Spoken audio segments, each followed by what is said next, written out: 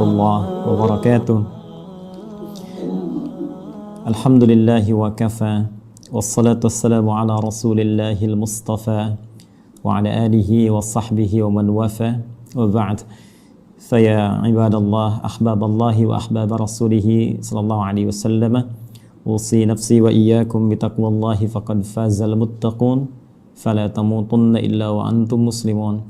Faqala ta'ala, ya ayyuhalladzina amanu taqullaha haqqa tuqatih wa la tamutunna illa wa antum muslimun. Guru kita semua, Asy-Syaikhaini Al-Fadilaini Al-Imamaini, Dr. Syamsi Ali dan Dr. Amil Faisal. Semoga Allah Subhanahu wa taala senantiasa memberkahi seluruh aktivitas antum, menyehatkan, memberikan kekuatan, dan insyaallah mudah-mudahan menerima seluruh amal ibadah kita sebagai amal ibadah yang diikhlaskan oleh Allah Subhanahu wa taala. Semoga seluruh aktivitas dan pesantren Nusantara Foundation yang dirintis oleh Al-Imam Syamsi Ali di Amerika selain bisa menginspirasi warga muslim dimanapun, juga melahirkan generasi-generasi terbaik insyaallah, baik kini ataupun di masa depan, memberikan wajah Islam yang terbaik seperti tadi yang disampaikan. Pun demikian dikhususkan untuk Adinda, putra dari Ustaz Amir Faisal yang akan melanjutkan studi. Semoga Allah senantiasa berikan taufik, istiqamah untuk tafaqquh fid din, dan kembali untuk bisa menyampaikan risalah pengetahuannya seperti yang diamanahkan dalam Al-Quran surah ke-9 At-Taubah di ayat 122 itu. Izinkan kami menyampaikan apa yang telah guru-guru kami sampaikan mengenai tema yang sekarang tengah kita bahas, dan tentunya tadi sudah banyak diuraikan baik oleh Imam Syamsi Ali pun demikian oleh Dr. Amil Faisal. Semoga sekali lagi Allah berkahi keilmuan keduanya. Izinkan kami kemudian merinci dari apa yang tadi telah disampaikan dengan tiga aspek bahasan utama. Kita akan mohon izin mulai dengan muqaddimah tentang mengapa kita diciptakan. Kemudian yang kedua, apa korelasi antara penciptaan dan tugas kita sebagai manusia dengan Al-Quran. Kemudian yang ketiga, bagaimana kita bisa menampilkan pedoman hidup dalam Al-Quran terkait dengan misi kehidupan kita di muka bumi ini. Tiga ini yang mudah-mudahan bisa saya sampaikan dengan durasi waktu yang telah ditetapkan oleh panitia. Tadi ada sekitar 20 menit ya. Mudah-mudahan sampai 20 menit ini, dan kalaupun boleh bisa disesuaikan dengan kultum barangkali Ustaz Syamsi Ali ya, kuliah terserah antum gitu. Jadi waktunya bisa kita maksimalkan insyaallah. Baik, bismillahirrahmanirrahim. Mohon izin karena kita temanya Al-Quran, jadi saya akan mencoba mengurutkan topik bahasan kita sesuai dengan urutan-urutan dari ayat-ayat Al-Quran insyaallah. Kita mulai pertama terkait dengan kenapa kita diciptakan oleh Allah Subhanahu wa taala, apa tujuan utamanya, sehingga nanti kita bisa temukan hikmahnya dan korelasinya dengan Al-Quran. Seperti diketahui bahwa seluruh makhluk yang diciptakan oleh Allah Subhanahu wa taala, baik bernyawa ataupun tidak bernyawa, maka tujuan utamanya, puncak dari misi kehidupannya adalah untuk beribadah kepada Allah Subhanahu wa taala. Ini poin utamanya. Saat Allah menciptakan malaikat, ya, malaikat tidak diciptakan kecuali hanya untuk beribadah, walaupun tugasnya bisa beragam. Ada yang bertasbih saja, bertahmid saja, bertakdis saja, Al-Baqarah ayat ke-30. Ada yang kemudian tugasnya memikul arsy saja, ada yang menurunkan wahyu, ada yang kemudian menurunkan rizki dengan izin Allah. Tapi seluruh puncak dari tujuan penciptaan itu adalah dalam rangka taat kepada Allah Subhanahu wa taala tanpa maksiat sedikit pun. Quran surah ke-66 ayat yang ke-6. La ya'sunallaha ma amarahum wa yaf'aluna ma yu'marun. Jadi kalau kita ambil misalnya makhluk dalam konteks tertinggi, sempurna diciptakan dalam arti tidak ada potensi untuk berbuat maksiat dan selalu ada dalam jalur ketaatan, yaitu malaikat. Malaikat pun tidak diciptakan oleh Allah kecuali tujuan utamanya untuk ibadah. Ya, pun demikian kita kembali kepada manusia ataupun juga dengan jin kalau kita ingin satukan keduanya, ya. Jin tentunya diciptakan sebelum manusia, jadi saya dahulukan ya, setelah malaikat kemudian jin, saya dahulukan sebelum manusia. Quran surah ke-15 Al-Hijr ayat ke-27. Wal janna khalaqnahu min qablu min naris samum. Ya, sedangkan jin itu kata Allah kami ciptakan sebelum manusia dari materi yang berbeda, dari api yang menyala-nyala. Baik, pun demikian dengan manusia setelahnya. Ya, wa idz qala rabbuka lil malaikati inni khaliqum basyara. Ketika Allah firmankan kepada para malaikat yang sudah tercipta sebelum manusia, pun sebagian kalangan jin yang hadir pada saat itu, kami akan mencipta makhluk baru, bukan malaikat, bukan jin, tapi bashar. Ya, satu dari 5 nama manusia yang umumnya disebutkan dalam Al-Quran pokoknya. Ya, bashar 35 kali disebutkan dalam Al-Quran, menunjuk pada sifat nafsunya. Ins disebutkan 18 kali berpasangan dengan jin, menunjuk pada sifat penampakan dan kelembutannya. Insan disebutkan 65 kali dalam Al-Quran, menunjuk pada totalitas aktivitasnya. Pun demikian dengan An-Nas disebutkan setidaknya 241 kali dalam Al-Quran, menunjuk sifat sosialnya. Dan Bani Adam ya disebutkan setidaknya 7 kali dalam Al-Quran, menunjuk genealogisnya yang tersambung pada Nabi Adam alaihissalam. Jadi manusia ketika difirmankan oleh Allah kepada malaikat dan jin, ya wa idz qala rabbuka lil malaikati inni khaliqum basyara. Ya. Jin dan manusia ketika diciptakan tidak lepas dari fungsi ini. Ya, ditegaskan di Quran surah ke-51 digabungkan ayat ke-56. Ya, paling kanan sebelah atas di mushaf standar Allah berfirman, "Wa ma khalaqtul jinna wal insa illa liya'budun." Ya, dan tidaklah aku ciptakan jin dan seluruh manusia itu kecuali tujuan puncak pokok ya. Tujuan penciptaan itu adalah supaya mereka menjadikan seluruh aktivitasnya sebagai ibadah kepadaku, kata Allah. Ingat harakat akhir di ayat ini bukan pakai fathah. Ya, ya'buduni bukan ya'buduna. Ya, fi'il mudhari'nya di sini berharakat fathah, tapi di sana nanti ada ya yang menunjukkan kepada Allah. Ya, kemudian untuk takhfif dia dihilangkan diganti dengan harakat kasrah. Jadi jelas Allah memberikan kesan yang tegas bahwa seluruh fungsi penciptaan manusia tiada lain seluruhnya dalam rangka beribadah kepada Allah Subhanahu wa ta'ala. Nah, yang menarik adalah ketika Allah mendeklarasikan dan menginformasikan tentang khususnya manusia ya dalam konteks tugasnya untuk beribadah ini, maka diperjelaslah oleh Allah mengenai tempat dan misinya di mana dia akan beribadah. Kemudian seperti apa misi yang akan diemban. Jadi sangat menarik ya. Itu disebutkan di Quran surah kedua Al-Baqarah di ayat ke-30 ya, paling kiri sebelah atas di mushaf standar. Ya, Allah berfirman, perhatikan kalimatnya ini sangat indah sekali. Antara penciptaan, pengenalan manusia kepada jin dan malaikat dengan pemberian tugasnya itu dibuka dengan kalimat yang sama, diksi yang serupa, tapi untuk menunjukkan makna yang berbeda. Ya, ingat, karena di Quran tidak ada pengulangan. Ya, ketika disebutkan yang seperti itu, yang serupa, maka kaidah tafsirnya, ya Dr. Amir Faisal, Ustaz Syamsi Ali lebih mengetahui, ya taksisan li ma'nan jadid. Ini untuk pengantar kepada makna yang baru, yang tidak sama dengan sebelumnya. Baik, di Quran surah ke-15, ayat ke-28, ketika Allah mencipta manusia digunakan diksi wa idz qala rabbuka lil malaikah. Ya, kemudian ketika memberikan misinya, dan di mana ditempatkan untuk menjalani misi ini, maka dibuka dengan redaksi yang sama. Wa idz qala rabbuka lil malaika. Seakan-akan ingin mengesankan bahwa, hei, saking dahsyatnya penciptaan manusia ini, saking dahsyatnya misi manusia ini, jadi bukan hanya penciptaannya. Ya, penciptaan manusia ingin menunjukkan tentang dibawanya misi yang sangat agung, sangat dahsyat, sampai-sampai malaikat yang sempurna pun tak berbuat maksiat mesti mengetahuinya. Sampai-sampai jin pun yang dicipta lebih dulu mesti mengetahuinya. Ya, hanya bedanya yang di Quran surah 15 ayat ke-28 Allah menggunakan redaksi khaliq, ya.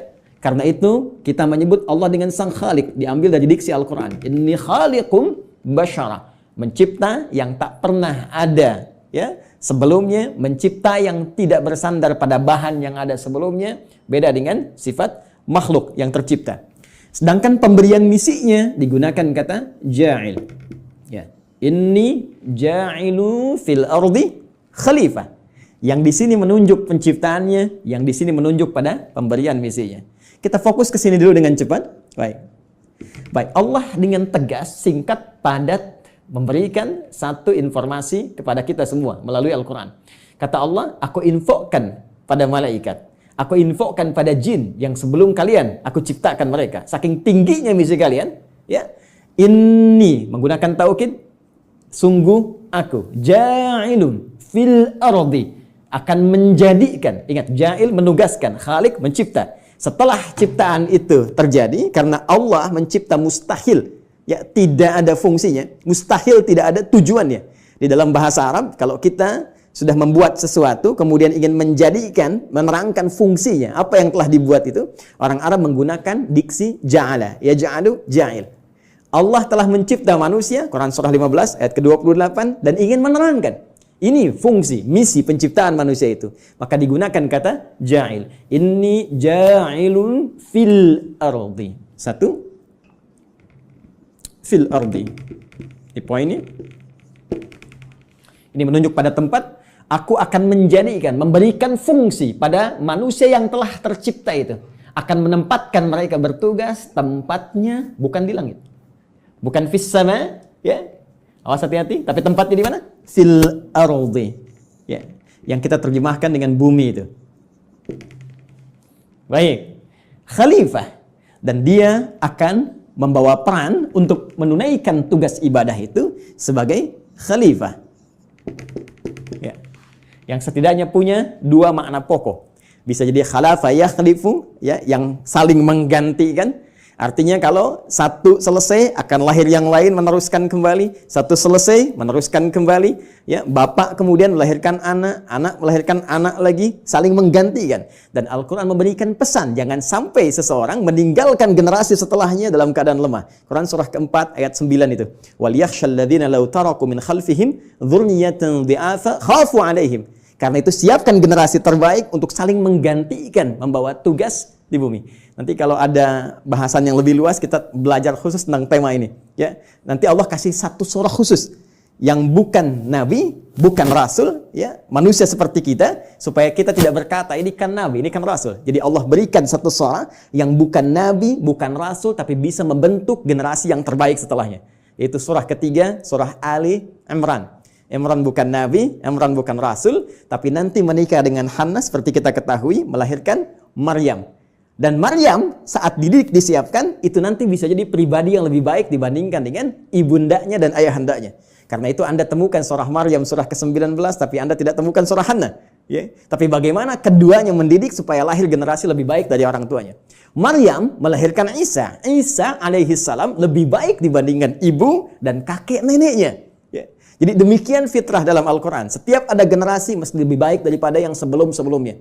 Bapaknya hafal Al-Quran, anaknya hafal Quran dan paham tafsirnya. Ya, anaknya hafal Quran dan tafsir, cucunya paham sampai hadis dan fiqihnya. Demikian seterusnya. Baik. Kembali ke sini. Pun demikian khalifah, ya, selain punya arti menggantikan juga bisa berarti pemakmur. Ya. Pembangun dalam semua nilai-nilai kebaikan. Ya, singkatnya, ditugaskanlah kemudian di bumi. Ini tugasnya. Akan saling menggantikan sampai kehidupan dunia berakhir.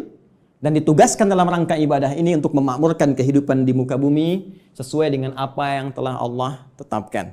Secara singkat diberikan pelatihan kemudian di satu tempat, ya, yang disebut dengan Al-Jannah itu di Quran surah ke-2 Al-Baqarah ayat ke-35.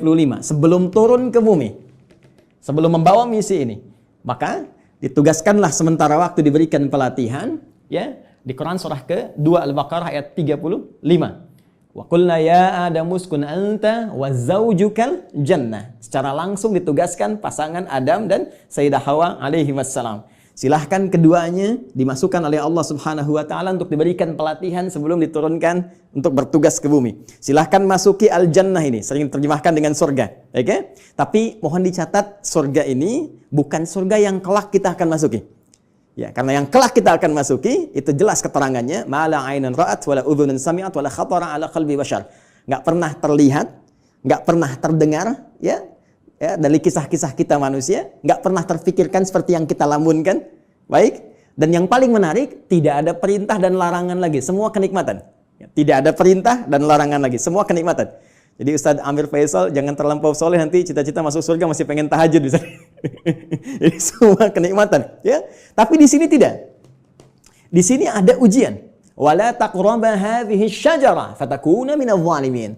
Ya, jangan coba-coba engkau dekati pohon ini, ujian pertama. Jadi disebutkan perintah kalau dikerjakan melahirkan kenikmatan, fakula minha ragadan haitsu syi'tuma. Kemudian diberikan larangan. Ini perintah, ada larangan. Dan inilah nanti yang akan kita bawa dalam kehidupan di muka bumi.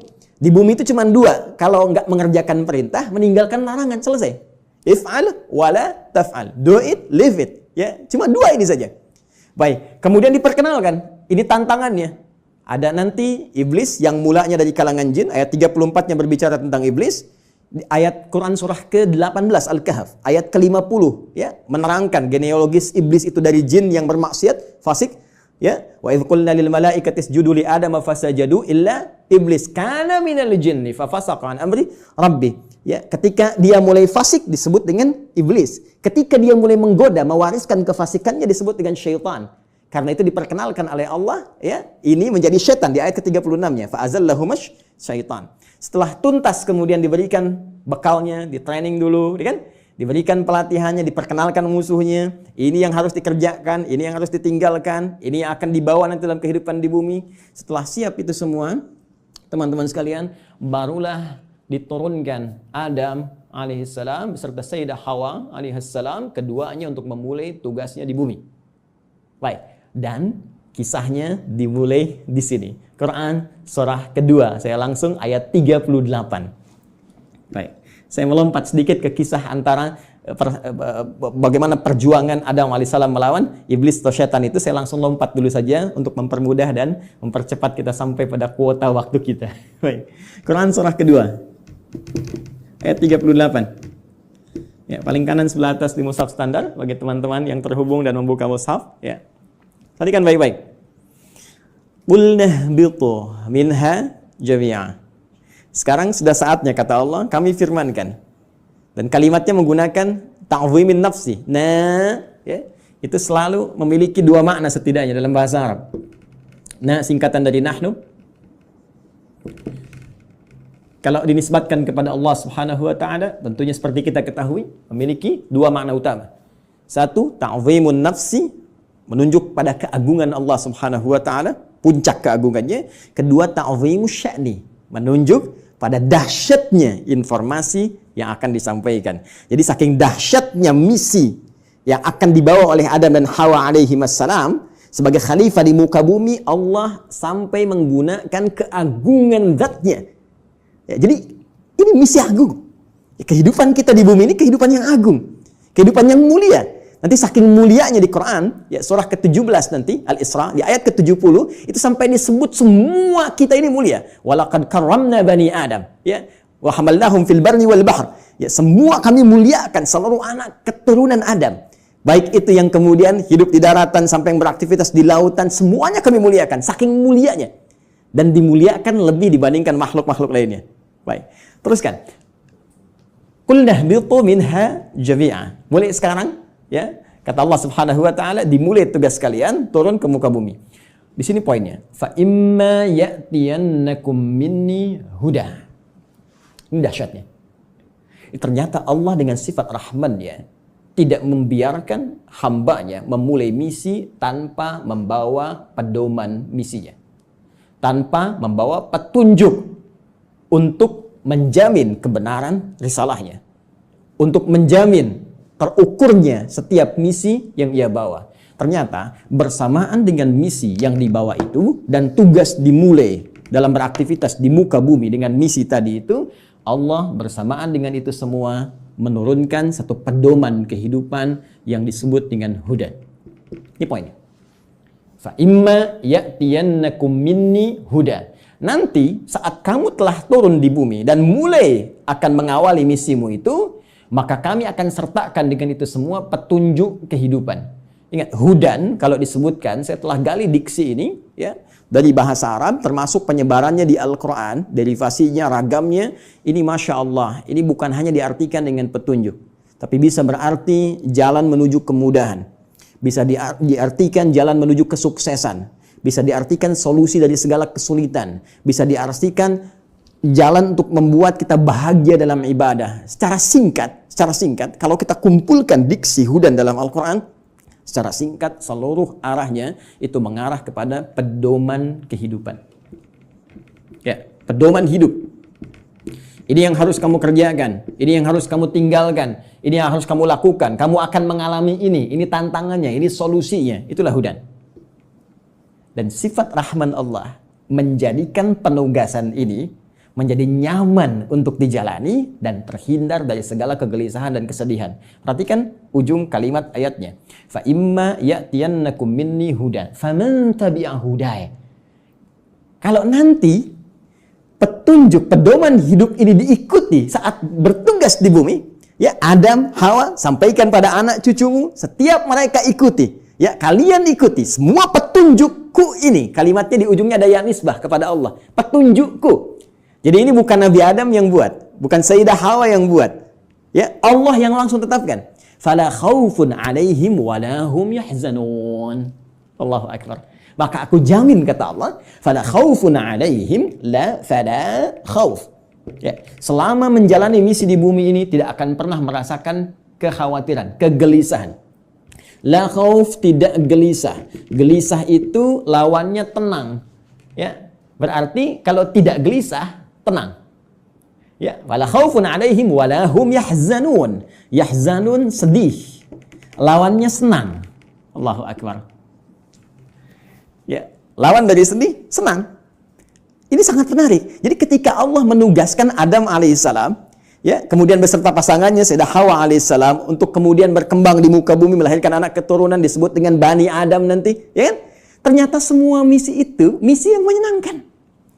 Dan misi yang menenangkan. Jadi kalau dibawa ke rumah tangganya senang, tenang. Dibawa ke kantor, di kantor tenang, senang. Dibawa ke tingkat kehidupan sosial, senang, tenang. Jadi ternyata tugas di bumi ini tugas yang menyenangkan. Tugas yang menenangkan, menenangkan dan menyenangkan. Jadi kalau ada orang yang hidup di bumi selalu gelisah, ya selalu merasa tidak senang, ini menunjukkan boleh jadi kehidupan ini tidak disertai dengan pembacaan pada pedoman hidupnya. Ini yang disebut dengan hudan. Nah, teman-teman sekalian, menariknya setiap berganti generasi. Ya, karena Adam itu alaihissalam selain nabi, beliau juga manusia. Ya, nabi punya fitrah kenabian, manusia punya fitrah kemanusiaan. Baik, karena setiap nabi itu manusia, maka manusia punya fitrah kemanusiaan. Di antara fitrahnya pasti mengalami kematian, wafat. Setiap yang berjiwa pasti wafat. Quran surah ke-3 Ali Imran ayat 185. Kullu nafsin dha'iqatul maut. Semua, bukan satu dua orang, seluruh umat bahkan ada kuotanya, ada batasnya. Ya, batas kematian disebut dengan ajal. Quran surah ke-7 Al-A'raf ayat 34. Walikulli ummatin ajal. Fa idza jaa ajaluhum la yastakhiruna sa'atan wa la yastaqdimun. Bahkan semua punya batas hidupnya.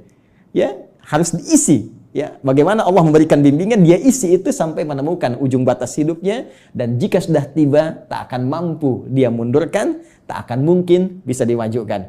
Ya, jadi mohon izin lompat sedikit ya, nggak usah memaksakan diri. Ada kita lihat ada yang orang bunuh diri, mencoba-coba, nggak usah coba-coba. Kalau sudah tiba waktunya meninggal juga.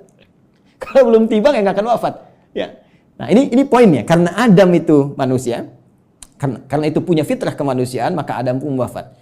Ya, setelah itu mewariskan anak keturunan Quran surah ke-4 ya, ayat yang pertama, ya ayuhan nasu taqu rabbakumul ladzi khalaqakum min nafsin wahidah wa khalaqa minha zawjaha wa batha minhuma rijalan katsiran wa nisaa. Melahirkan keturunan, ada laki-laki ada perempuan, sampai kemudian mereka berkomunal, ya, berkelompok-kelompok, bersuku-suku, kemudian bahkan menyebar lebih luas lagi, saling mengenal dan saling berinteraksi. Quran surah ke-49 Al-Hujurat ayat ke-13.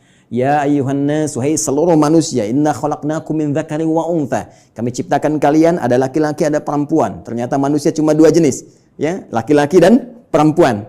Awas, hati-hati, ya. Wa ja'alnakum syu'uban wa qabaila. Kemudian setelah itu kami jadikan kalian, ya, syu'uba, berkelompok-kelompok, membentuk satu komunitas dari keluarga ke masyarakat, RT, RW sampai negara sampai benua dan sebagainya. Wa qabail, ada suku-sukunya, tujuannya lita'arafu, untuk saling membangun sinergi, membangun link, saling mengenal, dan dengan itu membawa misi kekhalifahan yang tadi disebutkan. Ya, inna akramakum indallahi atqakum. Yang paling mulia di antara kalian yang meningkat nilai kebaikan yaitu takwanya. Poinnya, Adam wafat, manusia menjadi berkembang, dan setiap perkembangan ini pasti akan terpengaruhi oleh lingkungan di mana mereka beraktivitas. Kullu mauludin yuladu 'alal fitrah, ya fa abawahu yahwidanihi aw yunasrani aw yumajjisanihi. Semua yang terlahir itu baik, cuma lingkungan nanti yang membentuk dia bisa merubah bahkan menjauh dari Allah Subhanahu wa taala. Dalam konteks ini, saya ingin cepat, saking sayangnya Allah kepada kita semua, Allah tidak menginginkan seluruh manusia yang hidup di bumi mengalami kebuntuan dalam membawa misinya dan bahkan mengalami kegagalan. Yang Allah inginkan semua konsep tadi senang dan tenang. Maka di setiap pergantian generasi itu, maka Allah utuslah kemudian seorang rasul, ya, utusan, seorang nabi yang membawa kembali pedoman-pedoman yang dahsyatnya sesuai dengan era dan masa yang dialami. Nabi Adam selesai, muncul Nabi Nuh. Nabi Nuh kemudian membawa risalah. Nuh selesai, muncul nabi lainnya. Terus sampai ke Nabi Muhammad sallallahu alaihi wasallam. Menariknya, teman-teman sekalian, seluruh nabi dan rasul yang diutus oleh Allah Subhanahu wa taala, yang membawa pedoman hidup bagi masyarakatnya, bagi umatnya yang diarahkan sesuai dengan masanya itu, semua petunjuknya, pedomannya diberi nama dengan nama utama yang serupa, yaitu Hudan. Silakan Anda cek. Kita ambil yang paling dekat lah ke masa Nabi Muhammad SAW. Nabi Isa, Nabi Musa alaihi wassalam. Nabi Musa misalnya, ini yang paling populer yang banyak disebutkan dalam Al-Quran. Ya, saya sebutkan dekat itu bukan dekat dalam konteks masa waktu, tapi dekat dalam konteks sering banyak disebutkan sehingga sering didekatkan. Ya, tiga nabi ini yaitu Nabi Musa, Nabi Isa dan Nabi Muhammad SAW yang mewakili banyak kisah dalam Al-Quran. Nabi Musa, kitabnya Taurat. Ya. Taurat ketika disifati oleh Allah Subhanahu wa taala menjelaskan fungsinya, maka tidak jauh dengan diksi ini, Hudan. Buka Al-Quran surah ke-17 Al-Isra, ayat yang kedua. Wa ataina Musal kitaba. Dan telah kami berikan kepada Musa kitab. Itu Taurat. Ya kan? Apa fungsinya? Wa ja'alnahu hudan li bani Israil. Dan kami jadikan Taurat itu isinya adalah pedoman kehidupan bagi Bani Israel. Karena Nabi Musa diutus hanya satu kalangan saja, komunitas tertentu saja. Di kalangan Bani Israel, maka pedomannya dikhususkan untuk itu. Jadi nanti yang menariknya dalam satu era, itu bisa ada misalnya 2 rasul diutus. Ya, karena distriknya beda. Ya.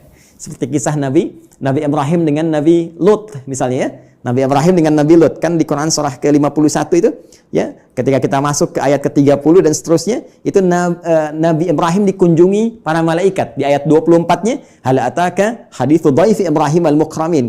Pernahkah engkau dengar kisah ketika Nabi Ibrahim dikunjungi para malaikat? Tujuannya sebetulnya bukan ke Nabi Ibrahim, tapi akan datang ke Nabi Lut, ya, alaihi salam, untuk mengabulkan tuh permohonan dalam tanda petik umat yang menantang azab. Jadi ketika akan datang ke situ mengadab, mampir dulu ke tempat Nabi Ibrahim dengan hikmah tertentu. Jadi di satu masa bisa ada 2 nabi dan rasul yang bertugas di wilayah yang berbeda. Nabi Musa alaihi salam itu tugasnya untuk Bani Israel. Diberikan panduan, disebut dengan Taurat dan disifati dengan Hudan. Pedoman kehidupan. Betapa inginnya Allah umat di zaman itu senang dalam menghadapi misi, menunaikan ibadahnya dan tenang dalam menjalankan itu semua. Berganti secara cepat Nabi Isa alaihi salam meneruskan risalah Nabi Musa setelah melewati fase-fase tertentu. Jaraknya sekitar 600 tahun ke Nabi Muhammad sallallahu alaihi wasallam. Nabi Muhammad ke Nabi Musa sekitar 2000 tahun. Nabi Isa alaihi salam ketika meneruskan risalah Nabi Musa alaihi salam berarti tugasnya sama, ya, kepada Bani Israel. Jadi bukan kepada seluruh kalangan manusia, hanya untuk Bani Israel saja, terbatas. Wilayah sebagian di Palestina saja, ya. Jadi kalau sampai ke Indonesia agak kejauhan, ya, cuma di sana saja. Bani Israel diberikan kitab Injil, karena itu Taurat dan Injil sering disatukan, ya. Quran surah ketiga misalnya, penyebutan pertama untuk Taurat dan Injil, ya, di ayat yang ketiga, nazzala 'alaikal kitaba bil haqqi musaddiqan lima baina yadayhi wa anzalat Taurata wal Injil.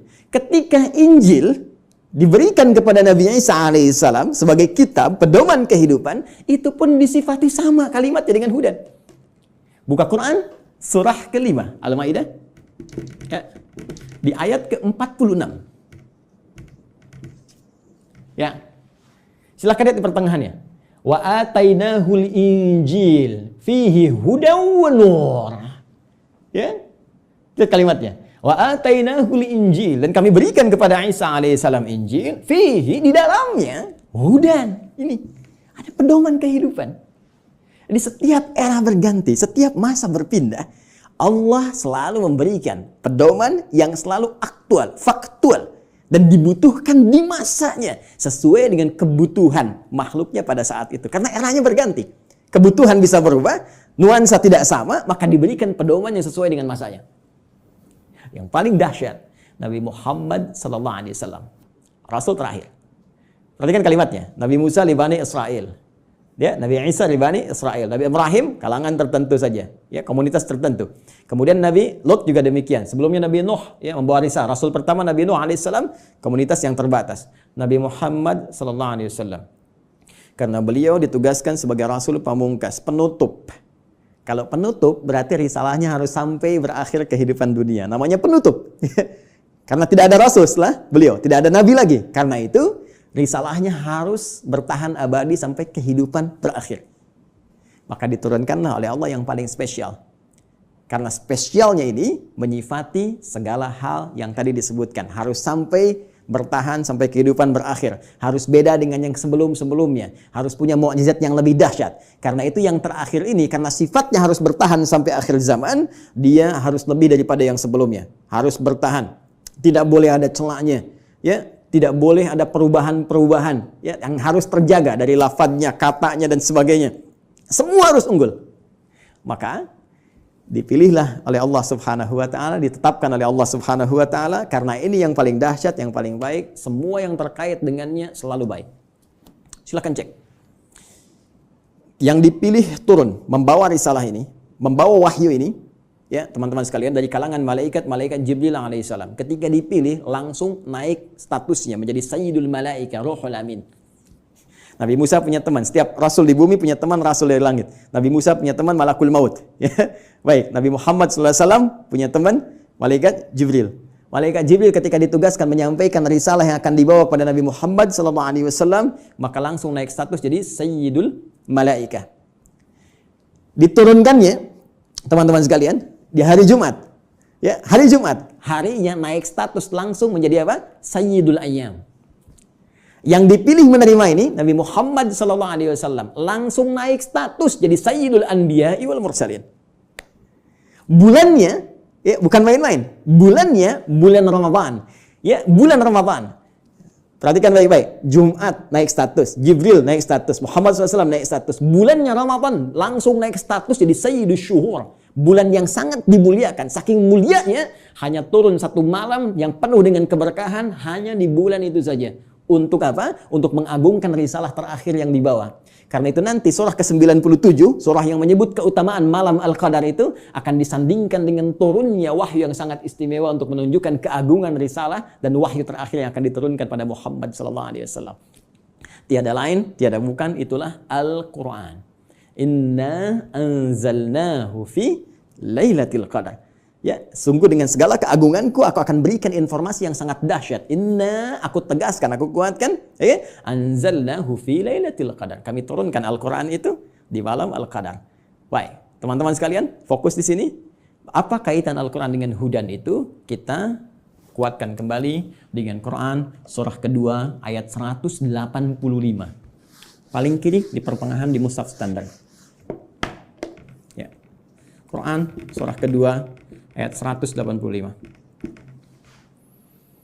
Karena yang paling dahsyat, ya, karena ini yang paling istimewa, dan untuk seluruh manusia tanpa batasan, maka redaksinya mesti beda. Perhatikan kalimatnya. Syahrul Ramadan alladzi unzila fihil Quran. Ya, di bulan Ramadan yang kalian menunaikan puasa itu, saat itulah diturunkan Al-Quran. Tadi kita katakan, kita sepakati Al-Quran turun di bulan yang sangat mulia yaitu Ramadan. Quran surah kedua ayat 185. Allah perkenalkan nama kitab, wahyu, pedoman hidup yang diturunkan pada Nabi yang paling istimewa untuk semua manusia sampai akhir zaman, yaitu Al-Quran. Apa tujuan Al-Quran diturunkan? Teruskan ayatnya. Hudal linnas. Tetap tidak akan terpisahkan dari diksi ini, hudan. Dan dahsyatnya bukan libani kita, li umat kita, linnas. Ini poinnya. Ini bedanya. Kata Allah diturunkan di waktu yang sangat istimewa itu, ya, Al-Quran tujuan utamanya untuk menjadi pedoman hidup. Pedoman hidup. Pedoman hidup artinya pedoman yang dibawa dalam kehidupan. Ya, Anda mau zoom saja sekarang, tak tahu pedomannya, Anda nggak bisa zoom. Itu yang simple. Sekarang Anda mau hidup yang lebih kompleks kita jalani, nggak bawa pedoman, ya nggak, mustahil kita jalani dengan tenang. Mustahil kita akan jalani dengan benar. Ya, jadi ini pedoman kehidupan kita. Artinya semua yang dialami dalam kehidupan itu ada di sini sih ya, Al-Quran. Dan dahsyatnya linnas, untuk semua manusia tanpa batas. Perhatikan diksi Al-Quran. Al-Quran tidak menyebutkan bashar, ya, yang menunjuk pada nafsu, kecenderungan bagaimana mengelola nafsu dan bagaimana keadaan tampilan fisik yang baik. Tidak menyebut tentang al-ins, tunggal. Tidak menyebut insan, ya.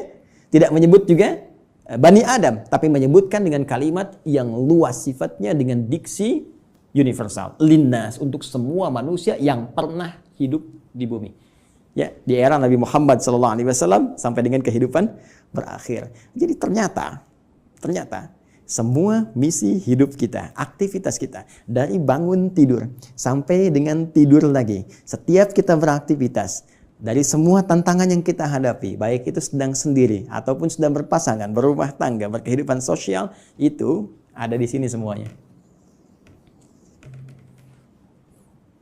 Baik, mohon izin sampai di sini bisa disimak ya, bisa dipahami. Baik, saya mohon maaf saya terlalu cepat. Al-Imam Syamsi Ali, Al-Ustaz. Tidak, Ustaz. Tidak ya? Masih ada waktu? Masih silakan. Masih, Ustaz, masih. Oh, masih. Karena ini baru mukaddimah ini. Fadhal, Ustaz. Fadhal ini. Ini semakin haus kita. Baik, mohon maaf Mbak Ima ya, ini baru mukaddimah ini. Kita belum turunkan jadi pedoman. Ya, baik. Jadi sampai di sini teman-teman sekalian, kita bisa memahami bahwa ternyata semua isi kehidupan kita ada di sini. Ya, silakan kalau tidak percaya, kita cek. Ya, mohon izin nggak perlu dicatat ya, karena ini direkam, nanti bisa diulang kembali. Saya baca dengan cepat karena keterbatasan waktu. Ya, bahkan kita dari sejak mulai terlahir, ya, sampai kita wafat, sampai pasca wafat, itu semua diinfokan di sini. Ada semuanya. Dan silakan bandingkan dengan kitab apapun yang ada di muka bumi sampai dengan saat ini. Tidak akan ada yang pernah seperti Al-Quran. Ya, saya berikan 3 saja yang sangat menarik ya. Pertama, seluruh hal yang akan kita alami sudah dirangkum dengan sempurna dalam Al-Quran dan nanti dijelaskan detailnya oleh Nabi Muhammad SAW. Nanti bagian terakhir saya kaji dan kita akan sama-sama nikmati bersama. Ya, saya beri contoh misal, mohon maaf, sejak masa dalam kandungan itu Al-Quran sudah menerangkan. Ya, bagaimana proses yang terjadi dalam kandungan. Detail secara fisiknya, secara umum disampaikan di Quran misalnya surah ke-22 di ayat yang ke-5. Bahkan pergerakan janinnya secara umum, ya, dari mulai kandungan lemah ke berat sampai diisi apa doa yang harus dibacakan, apa yang harus dilakukan supaya nanti bayinya terlahir dalam keadaan baik, disebutkan di Quran surah ke-7 ayat 189. Bahkan diberikan bocoran antara hubungan kita membangun komitmen dengan Allah yang akan menuhankan Allah sejak saat ruh kemudian ditanamkan sampai kita terlahir sampai wafat. Quran surah ke-7 ayat 172. Ketika terlahir, apa yang pertama kali diberikan oleh seorang ibu? ASI pun diberikan dengan tegas langsung. Ya, di Quran surah kedua ayat 233, wal walidatu yurdina auladahunna haulaini kamilaini. Ya, bapaknya dikasih, nih, ini tugas pokok bapak yang baru punya anak. Ini yang harus dikerjakan, ini ibu yang harus dilakukan. Ya, kemudian bergerak dari situ, diberikan pendidikan dini supaya membangun kedekatan dengan Allah, baik terhadap kedua orang tua, punya akhlak yang mulia. Quran surah ke-31 dari ayat 13 sampai dengan ayat 19-nya. Dari situ dia mulai belajar bagaimana cara belajar yang baik, bagaimana memahami, bagaimana bisa kembali mengajarkan itu kepada masyarakatnya. Quran surah ke-9 ayat ke-122. Kemudian diberikan sifat, jangan sampai dia belajar lupa dengan Tuhannya, harus seimbang antara iptek dengan imtaknya. Itu ada di Quran, teman-teman sekalian, di surah Al-Mujadalah, ya, di ayat yang ke-11. Kemudian setelah itu dia dia berkembang lagi. Ya, dia mencari lagi. Kadang-kadang ada yang pergi ke tempat lain, mengenal suasana yang berbeda, bertemu dengan orang banyak, bersuku-suku, bisa merantau ke berbagai tempat. Quran surah ke-49, ayat yang ke-13. Setelah itu tiba-tiba dia mengenal seseorang ya untuk mendapatkan pasangannya. Boleh, karena setiap kamu dicipta berpasangan. Quran surah ke-51 ayat ke-49. Bagaimana mengenal pasangannya? Diarahkan oleh Allah. Hei, jangan lama-lama. Kalau sudah kenal, lamar dia. Berikan ya bagian yang terbaik untuk maharnya. Quran surah ke-4 ayat ke-4. Lakukan pernikahan. Quran surah ke-30 ayat ke-21. Bahkan saat akan menikah pun dijelaskan oleh Allah. Nanti kamu belajar dulu di rumah tangga supaya nggak kaget. Ini tugasmu laki-laki begini, tugas perempuan begini. Quran surah ke-4 ayat 34. Bahkan kalau ada persoalan begini cara menyelesaikannya sampai di ayat ke-35-nya. Kemudian diberikan tugas, ayah, kamu akan mulai mencari nafkah. Begini cara mencari nafkah yang standar. Quran surah kedua ayat 168. Kalau kamu ingin cepat, baru bergerak sedikit, rezekimu diberikan keberkahan. Quran surah kedua ayat 172. Kalau kamu belum bergerak, mengamalkan amalan ini, Allah berikan kemudahan rezeki kepadamu. Quran surah ke-7 ayat ke-96.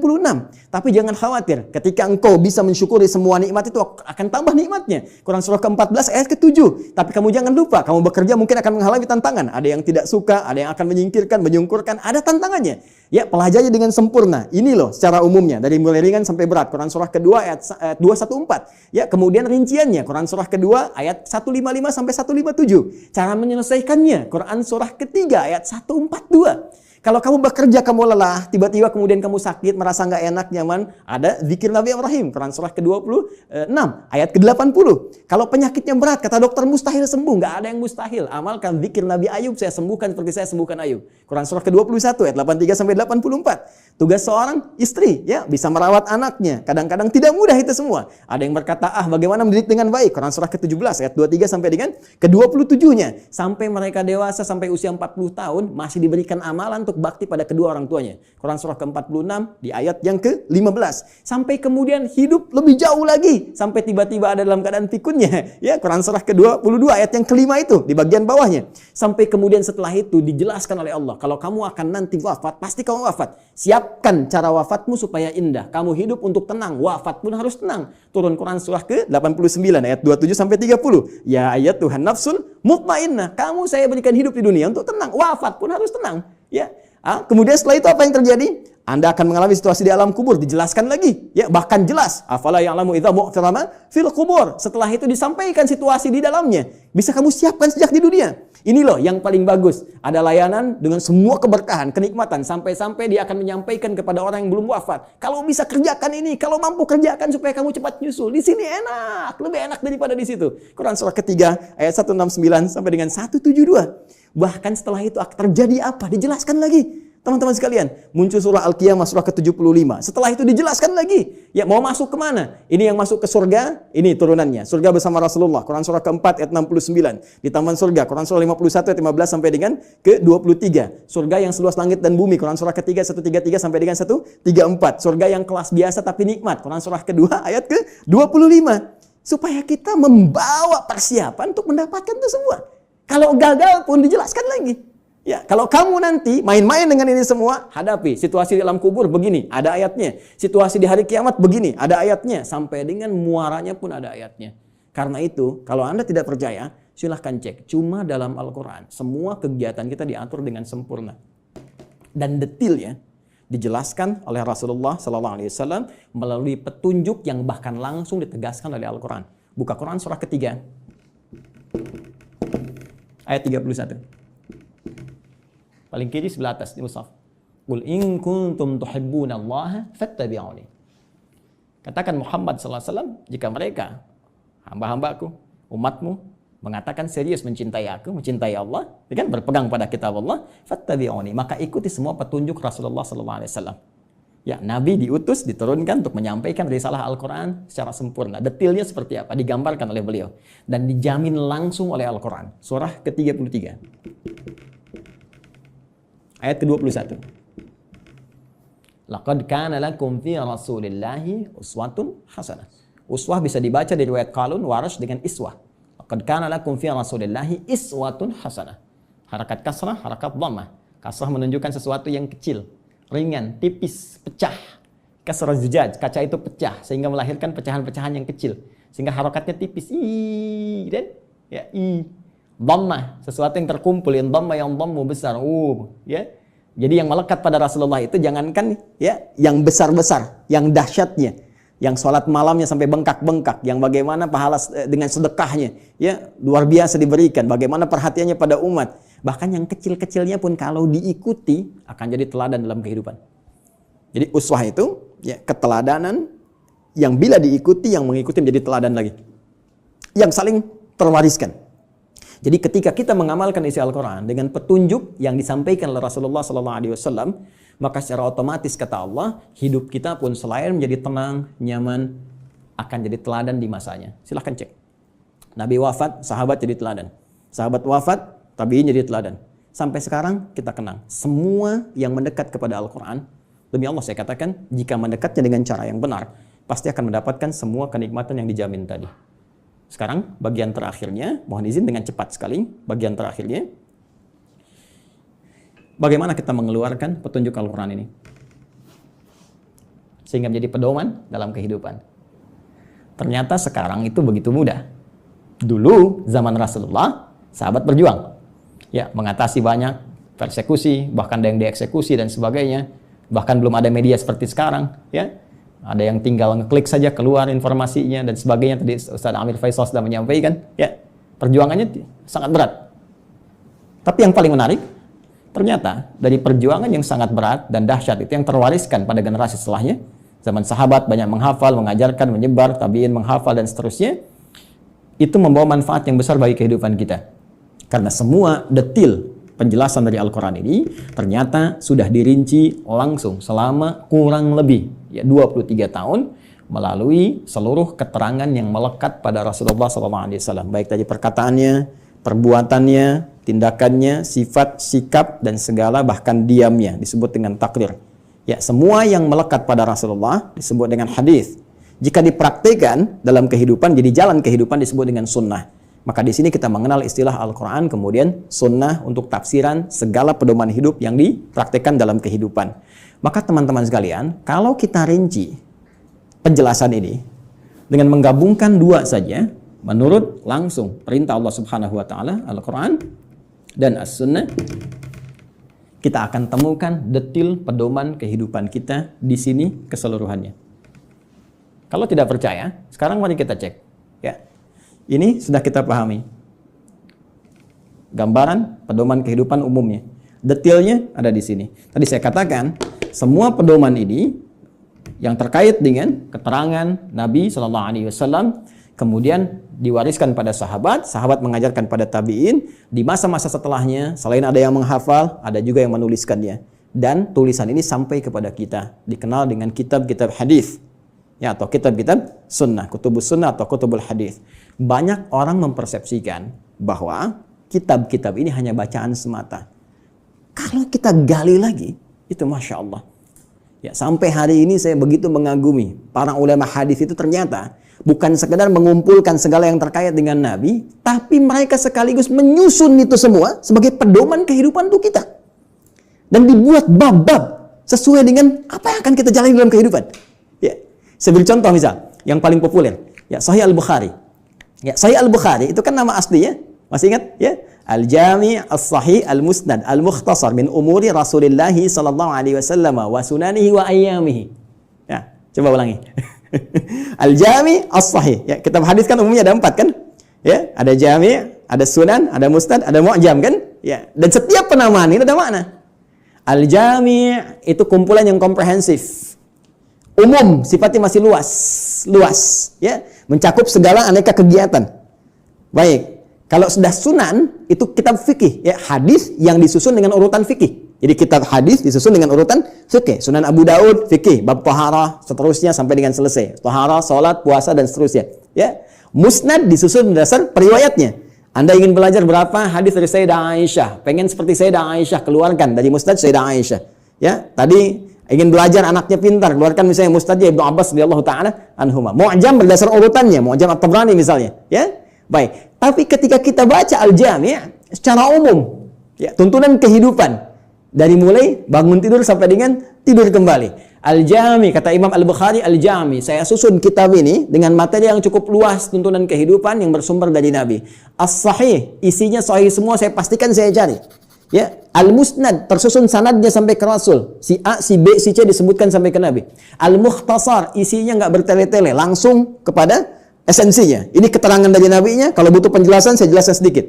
Min umuri Rasulullah sallallahu alaihi wasallam. Saya tuliskan di sini terkait dengan seluruh kegiatan Rasulullah yang bisa saya dapatkan dan saya tuliskan. Karena nanti yang tak mampu Imam Al-Bukhari sampaikan, nanti Imam Muslim datang melengkapi.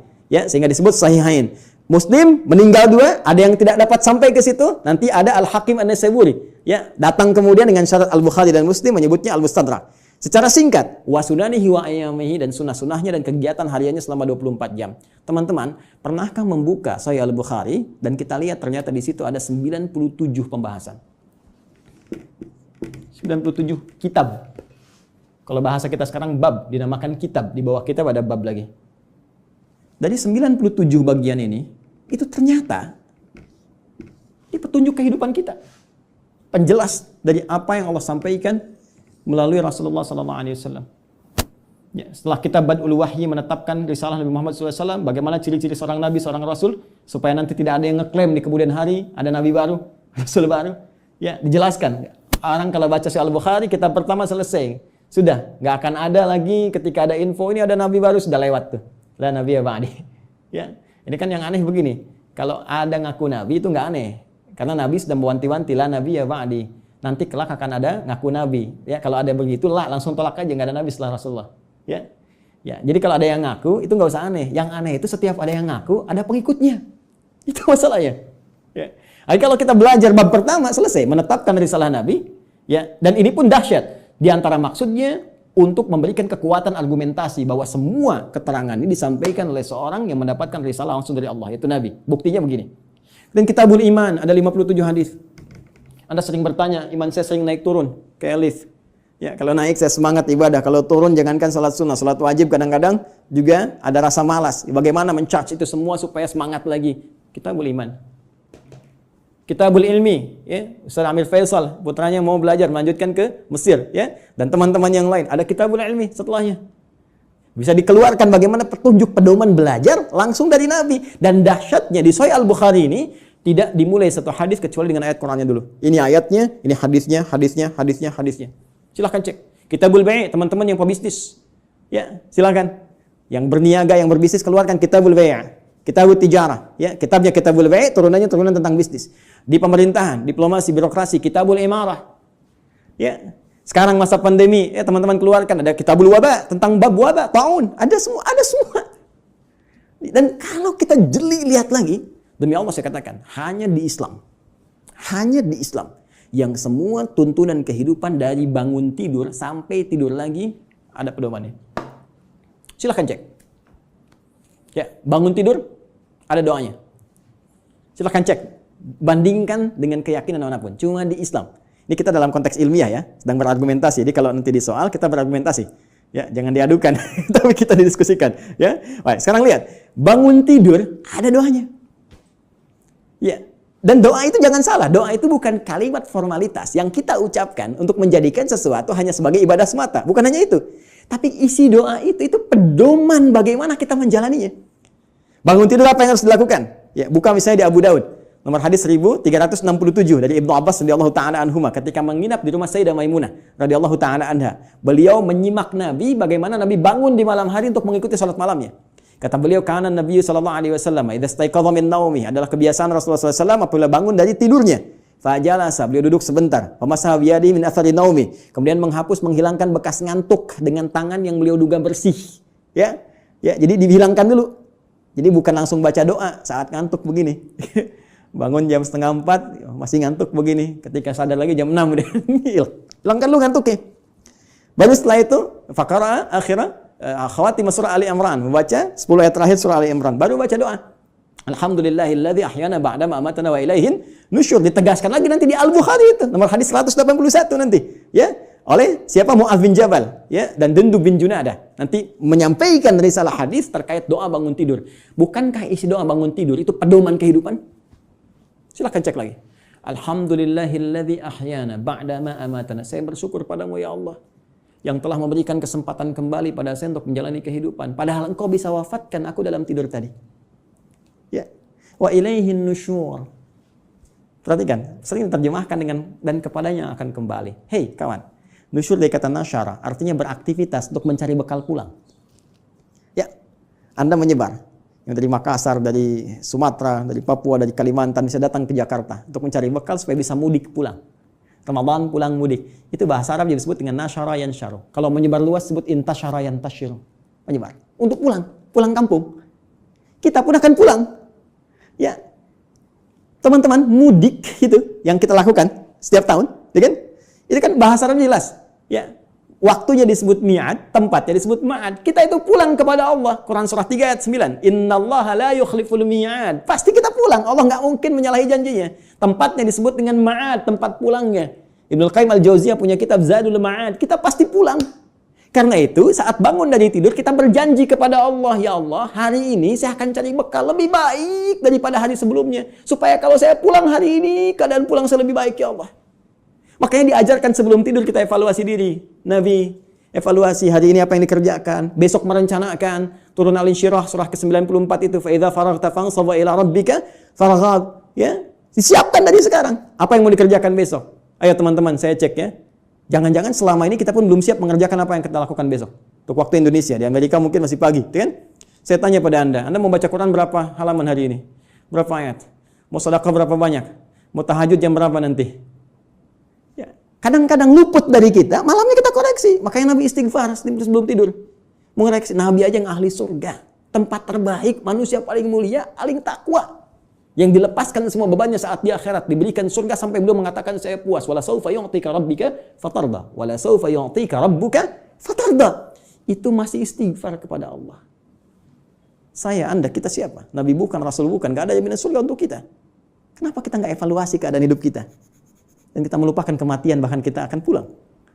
Pernahkah kita terbayang bahwa saat malam nanti tertidur, mungkin itu kehidupan kita yang terakhir untuk kita kembali? Karena itu kita siapkan, kalau saya besok bangun lagi, ya Allah, saya ingin sholat saya lebih baik daripada sebelumnya. Saya ingin jamaah nanti jam sekian. Ya Allah, saya ingin sedekah besok. Ya Allah, saya ingin baca Al-Quran. Supaya kalau saya meninggal pada saat itu. Dan karena itu, ajal dirahasiakan. Supaya kita siap kapan pun pulang. Karena itu jangan coba-coba ketika Anda terpikir berbuat maksiat, bayangkan seketika wafat. Maka dari itu Anda berjanji saat bangun, saya akan jadi orang lebih baik dibandingkan dengan hari yang kemarin. Itulah sebabnya muncul mahfuzat. Ini bukan hadis ya. Orang yang hari ini ya lebih baik daripada hari kemarin, orang yang beruntung, ya kan? Orang yang sama dengan yang kemarin, orang yang rugi. Orang yang lebih buruk daripada kemarin, orang binasa. Itu mahfuzat, terambil dari nilai hadis tadi. Itu baru bangun tidur. Silahkan cek. Mau makan ada doanya, mau minum ada doanya, berpakaian ada doanya, masuk toilet pun urusan yang sederhana ada doanya. Bahkan langkah kakinya diatur, masuk kiri keluar kanan. Beda dengan masjid, masuk kanan keluar kiri, doanya berbeda. Bangun tidur sampai tidur lagi, pedomannya lengkap semua.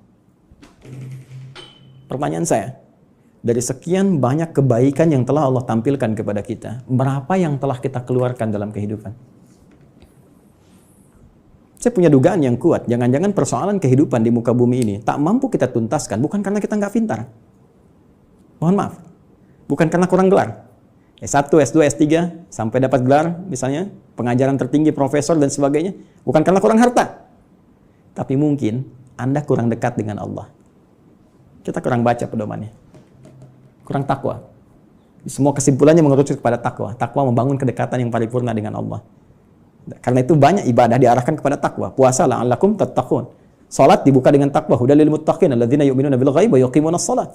Haji takwa. Wa tazawwadu fa inna khairaz zadi taqwa. Wa may yattaqillaha yaj'al lahu makhraja wa yarzuqhu min haitsu la yahtasib. Itu puncaknya. Siapa yang mampu mendekatkan diri kepada Allah Subhanahu wa taala dengan takwanya, dengan menjalankan semua isi pedoman-pedoman yang Allah turunkan, maka Allah akan lepaskan dari semua kesulitan hidup, bahkan mengirimkan rezeki dari sisi yang tidak dia duga.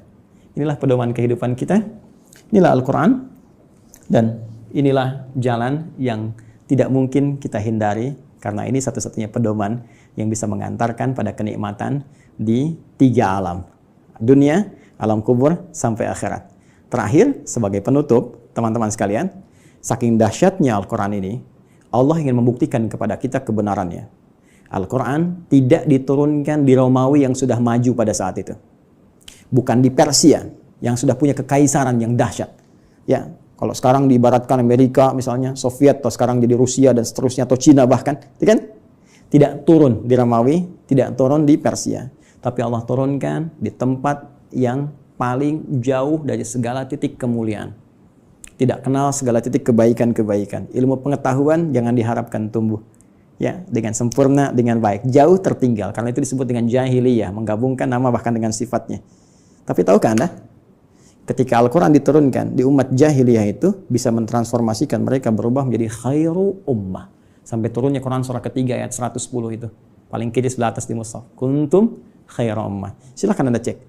Semua yang belajar dari Nabi, dari 40 orang fase Mekah, sampai menyebar ke Madinah, sampai bertebaran ke seluruh muka bumi, tidak pernah ada satupun sahabat Nabi membawa risalah Al-Quran, kecuali membawa kesuksesan dan misi terbaik kemakmuran di muka bumi. Silahkan cek.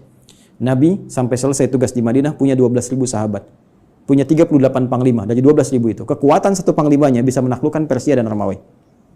Ya, bisa mengalahkan segala jenis racun. Setiap satu sahabat ekspedisi menjadikan Islam terbawa dengan warna yang sangat indah, diterima bahkan tanpa kecamuk peperangan yang berarti.